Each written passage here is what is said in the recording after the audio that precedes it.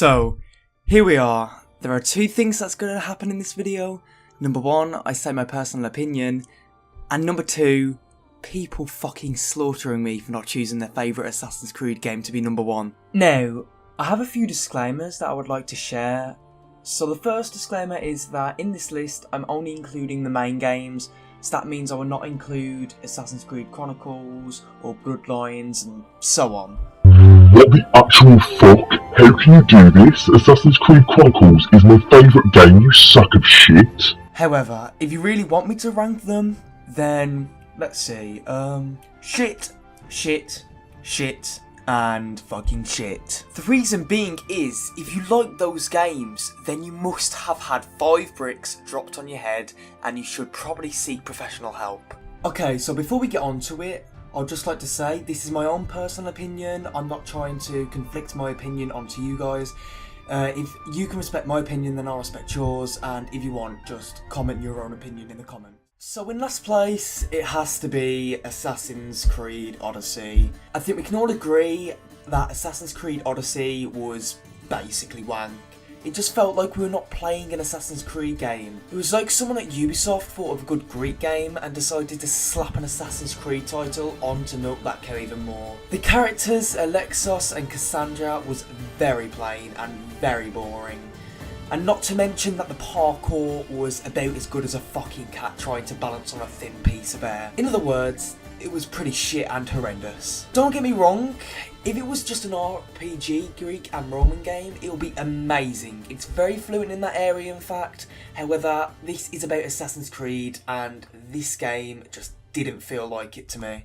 Okay, a lot of people are going to hate me for this, but at number 10, we have Assassin's Creed Origins. What the actual fuck are you doing, you fucking wanker? This was a great game. Yes, I know, you can slaughter me later, but hear me out. Now, Bayek as a character was absolutely perfection. His story was amazing, and overall, he was just a great character. However, the main problem for me with this game is that Origins changed so much about Assassin's Creed with the mechanics and weapons. What I mean by this is that Origins changed the combat system, and some of it was for the better, but for most of it, well for me at least, really did not suit me. Origins got rid of Eagle Vision, and they replaced it with an eagle, and it was interesting to see this change, but I preferred Eagle Vision by a long shot. As well as this, you did not even acquire your hidden blade until Cleopatra gave you one. You did not start off with one early, which really disappointed me. And also, where the fuck is the map? Okay, for number 9, we have Assassin's Creed Syndicate. The time period of this game is Victorian London, which, in my eyes, was very cool. But by God, I could not listen to Jacob Fry without wanting to sew his fucking mouth shut and throw him off Big Ben. Honestly, just hearing his comments like, I knew you would, Greenie. You have my word. And my looks. I'm sure you can put this to better use than I can. Oh, what's this, Greenie? Assassin Christmas. Enough about Jacob, and onto why this game was a bit wank. For me, Syndicate just got the sour taste of Unity, the backlash. The characters were sort of bland, like Evie, she was more serious, and Jacob was just fucking Jacob. I also thought that the ending was a bit shit. I mean, knighting the assassins for killing Starrock, who could have easily been killed in the beginning. I just think the storyline did not work out, and come on. The modern day plot was like someone at Ubisoft turned up drunk and decided to give us that piece of shit. Okay, this is when I'm actually going to get mobs around my house. So, for number 8, we have Assassin's Creed. Yes, go on, write your comments about how I'm a worthless piece of shit, or how I'm a wanker, but actually, I have some valid reasons. To start off, I just want to say I have no problem with Altair or his story. It is just, when I look back at all the other games, I realise the original was not that good. What I mean by this is that the story was just very repetitive. You want examples? Well, let us start with how every time you wanted to do a mission, you had to synchronise first. Then you will either get a pickpocketing mission or an eavesdropping mission every time. After this, you would have to go to the Assassin Bureau just to rest. And then when you assassinate your target, you went back to the Bureau to only go back to Masyaf and repeat this process like 6 times. Now, I like the plot twist at the end with Al-Mualim betraying the Brotherhood, but the point still stands. it is repetitive. Okay, for number 7, you might be surprised it is above Assassin's Creed, but it is actually Assassin's Creed Unity. Your family doesn't love you, and I hope you get AIDS. I know that Assassin's Creed Unity, for many, is very bad, and it's the most glitchiest piece of shit you will ever find. The reason for me why it is so high on the list is because of the setting, parkour, and the multiplayer. So, Assassin's Creed Unity was my very first Assassin's Creed game, and I loved this setting of the French Revolution. It showed what it was like to live in the Revolution and how everybody hated monarchy. For me, this setting is beautiful and it was a very good choice. Now, the parkour in Assassin's Creed Unity has to be the best parkour in any AC game. Literally, I swear, Arno has discovered how to defy fucking gravity itself because the things that he does are unhuman. The multiplayer was the best I ever saw, as it involved doing missions with your friends. However, this could not make up for why people thought it was so bad. The character in Unity, Arno, was great at first. He was amazing, and a bit like Ezio. However, along the story, he just didn't develop. He was just interested in revenge and his love Elise. In Dead Kings, we saw a better character, and I would love to see a sequel, as Arnold changed so much after Elise's death. Anyway, he was just a little whiny bitch boy, and that is why Unity is no higher on the list. Okay, this is where the list starts to go uphill. So at number 6, we have the better twin of Unity, and that is, of course, Assassin's Creed Rogue. This game was absolutely incredible. I really enjoyed how Ubisoft took a turn and decided to do something new. The protagonist in this game is Shay Patrick Cormac, who makes his own look, by the way. I make my own look. I make my own look. I make my own look. I make my own look. Shay was an assassin, and one day when he was on a mission, he killed many innocent lives due to the orders of Achilles and other assassins. Shay defected to become a Templar, and one of the best Templars that we've seen in all of Assassin's Creed. This game really tells us that some Templars are not evil and just want to help the people. It shows a side of the Templars that we've not have seen before, and it just makes you wonder, what if the assassins were actually wrong? I had a lot of fun assassinating many assassins that we once called brothers, like Adewale, Liam, and even crippling Achilles. It was very fun, and as well as this, I really enjoyed seeing many characters we saw in previous games, for example, Achilles, Adewale, and Haytham. There was a particular point I enjoyed, which was when we see Haytham and Adewale speaking to each other and talking about Haytham's father, Edward. Overall, this is a great game, and the only reason why it's not higher in the list is because the game was very short. Also, have you seen the mechanics of Rogue? It is like a Ubisoft employee copy and pasted the mechanics of Black Flag to squeeze that money out of that success even more. So at number 5 we have Assassin's Creed Revelations. Yes, this is the third instalment of Ezio, and this game was just incredible. I can't believe Ezio travelled to Masyaf, the previous home of Altair and his assassins, before it was abandoned. In this game, it is like Ezio is seeking wisdom and why it is his responsibility to find the pieces of Eden and hide them for a greater cause, which is Desmond. We got to see a lot of Altair in this game, and it was like Ezio was having bleeding memories because Altair was like a ghost. He guided Ezio to the path, and eventually Altair himself. He was locked in a library, just a skeleton, to look after the Piece of Eden. In this game, we also saw Ezio talking to Desmond, not directly, but he felt his presence. He knew what his purpose was.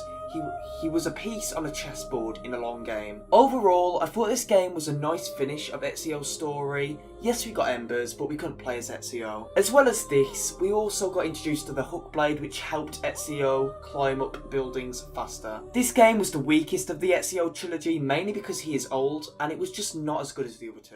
Okay, I know I've put this game very high on the list, and you probably think it does not deserve to be this high. And of course, I'm talking about Assassin's Creed 3. Before you click off this video and unsubscribe, let me just tell you why I love this game so much. Okay, first of all, I would like to say the negatives about this game, and believe me, there are a lot. So this game was incredibly glitchy, not as glitchy as that fuck of a game Unity, but still very glitchy. People hated this for that reason, but I first started playing this game when the glitches, well, most of them were fixed. Another reason why this game is poor is the character.